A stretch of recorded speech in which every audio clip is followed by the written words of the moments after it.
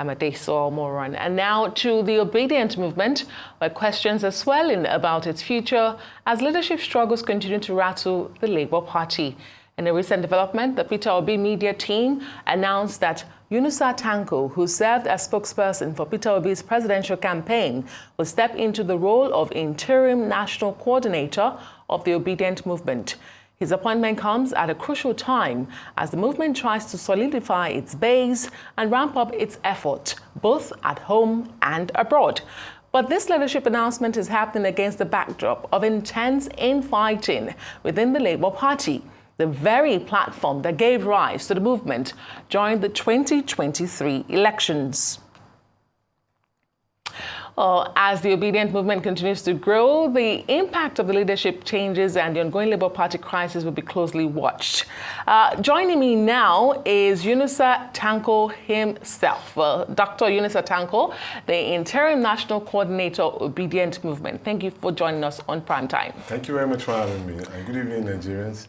Good evening. Let's start with the fundamentals. I mean, what are the core objectives of the Obedient movement? Let's start from there. Is it purely supporting Peter Obi's presidential ambition, or is there a broader agenda to this movement? Okay. Please forgive me. I will not sit here not responding to some of the things that... We'll come to that, Mr. Felix Moka. Yeah, yes. Okay. Of course, I'll give you the opportunity. Please, I would really like to respond to some of the things. You would respond to that. But practically, the Obedient movement is about citizen engagement, practically. And what is the citizen engagement? People believe that there is a need for good governance in Nigeria. We need a country that is based on fairness, equity, and justice for all. We need a country that the narrative will not be twisted in the interest of the person that is probably holding the position of power as we see today. Commitment to good leadership. And so that when you go outside this particular country, you'll be represented and you'll be seen as somebody that comes from an integrity-driven country. These are the principles that govern the Obedient movement. But also know that before it started, there must be a messaging. Though there was a decay in the system that had led to this particular belief. But then the messaging of His Excellency Peter Obi connected with the Nigerian people. And it cut across everywhere. And I keep on saying that also, that in every home, there is an Obedient. In fact, I'm bold to say that even in the presidency, there's an Obedient.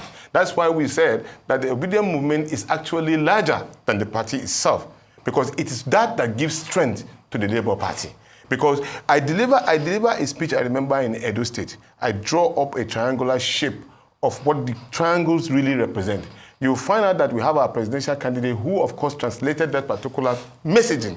It was that message that led to about 12 million Nigerian youth registering, some of them coming from outside the country for the first time in the history of this country. And those who are already clamoring that they have done well were the people who are also the one maiming and intimidating those Nigerians who, for the first time, have decided to believe in a Nigeria because somebody has been able to speak to their conscience and their mind. And that is exactly how the Obedient movement was given birth to. But we understand that we cannot continue to remain as an amorphous organization because it will not give us the drive. The energy that is within the Obedient movement cannot be left in the hands of people just, scattered without being organized. Okay. And so therefore, this time around, we want to organize that particular, harnessing that particular energy, putting the right peg in the right hole so that we can be able to translate it into a winning position. So it is something that has started, that is to be achieved today and even beyond. Because if at the end of it all,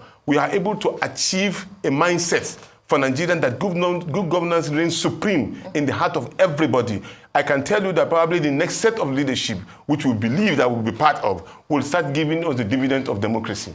Okay, so you do admit that this is a shift in position to structure the Obedient movement. I ask you because just very recently, under the factional leadership of Mr. Abure as the national chairman of the Labour Party, he announced a Obedient directorate within the Labour Party. But Mr. Peter Obi responded very swiftly, and I think we can pull up that tweet, where he said that the movement isn't tied to any party or traditional structure.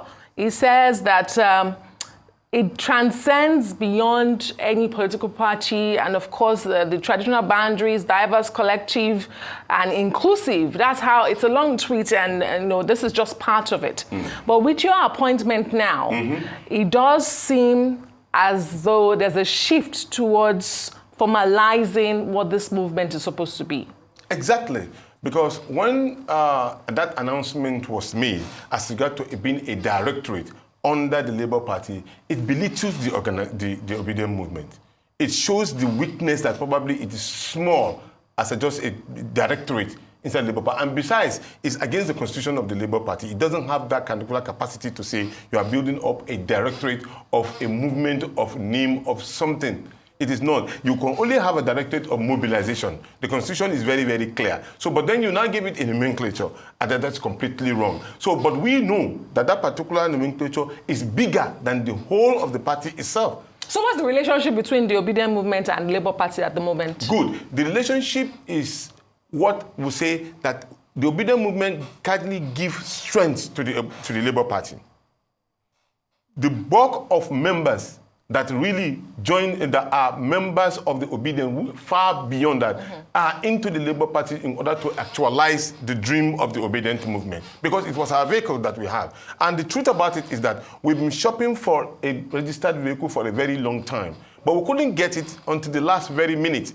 And then eventually when we got it, we have to encourage most of the people who believe in that particular messaging to join the Labour Party so that we can be able to actualize what we believe in. Because at least in Nigeria as of today, if you don't belong to a political party, you cannot contest election. We don't have independent entities. Exactly. So is the obedient movement open to collaborating with other movements, for example, the Kwankwasia movement and other political parties? How is this a bargaining chip for Mr. Peter Obi, should he decide to leave the Labour Party ahead of the 2027 presidential elections or general elections? Anybody that believes in good governance, anybody that believes that Nigeria can be a united country that will devoid of you thinking about your tribe, religion, or where you come from, as against quality of life and protecting of the sanctity of the Constitution of the Federal Republic of Nigeria as enshrined in Chapter 2 of the Constitution of the Federal Republic of Nigeria, is very, very much welcome to collaborate with the obedient movement.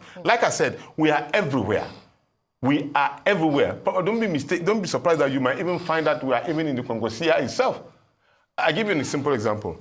A friend of mine who was contesting for the presidency of the Federal Republic of Nigeria told me that he's suspecting that his wife and his 2 sons are obedient. Interesting.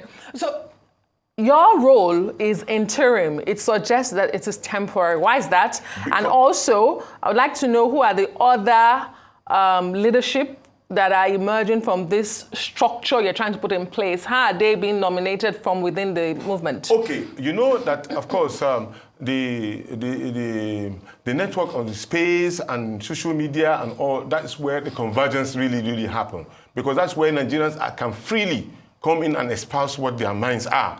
And so we leverage on that. We leverage on that as a connecting point. Then, as regard to my interim position, it is interim because we needed to build the structure to a particular time so that when it will now be more democratically more arranged. But even before I emerged, it went through a semi-COSA kind of democracy. So it wasn't as if somebody said, this is the person. You're not being imposed. Yeah, it's not being imposed to anybody at all. But it was really, really published within the system and all. But 169 people did their survey and all before they come up with nomination. And I'm very proud to say that the time in which the nomination came, 9 or 10 persons who even nominated me straight. There was no any objection. But of course, in a democratic system, you cannot say you are 100% pure. There must be some dissenting voice, but the popular voice overshadows even the dissenting voice. Indeed.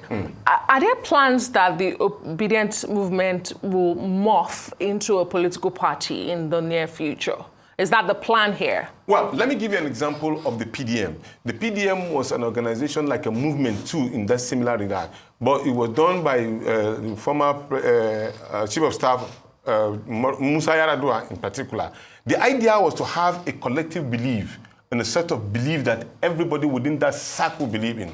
So you move those particulars to anywhere you want to go. In case if you go into a Labour Party or any political party whatsoever, you should be able to exemplify and espouse that you believe in.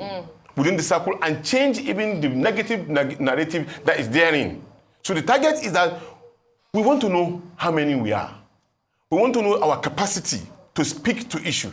We want to know how we can change the narrative.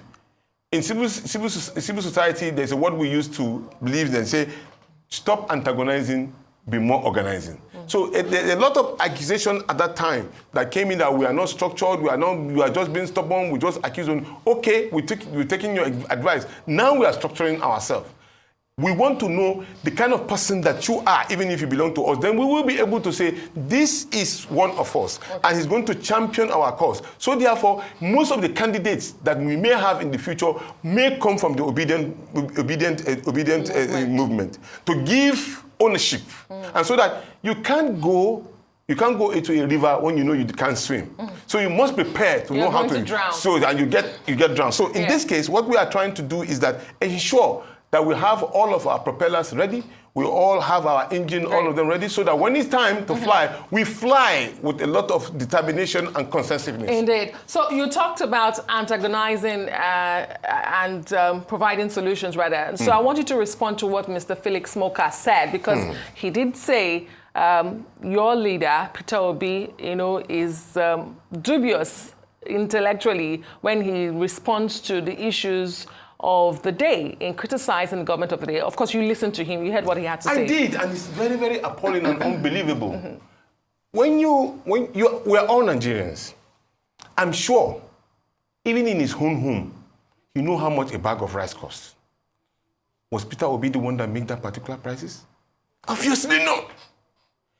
We also know that how can you, as a government, say you increase the salary of the civil servant, the next few days, which the money up to now has not reached the pocket of the civil servant. It hasn't been paid.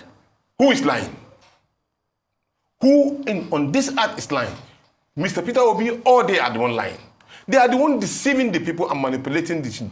Look, I'm just coming from Benin, from Delta State. The road from Benin, out of Benin, on your way to Enugu or any of the eastern states, is still as dangerously bad. But yet you are budgeting money.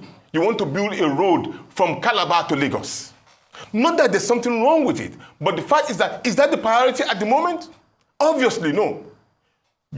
Some few days ago, Nigerians were being killed like chickens in Zamfara State, Katsina and the rest of them. Was it statement made, or was it Peter Obi that was the banditry that went into Zamfara bush?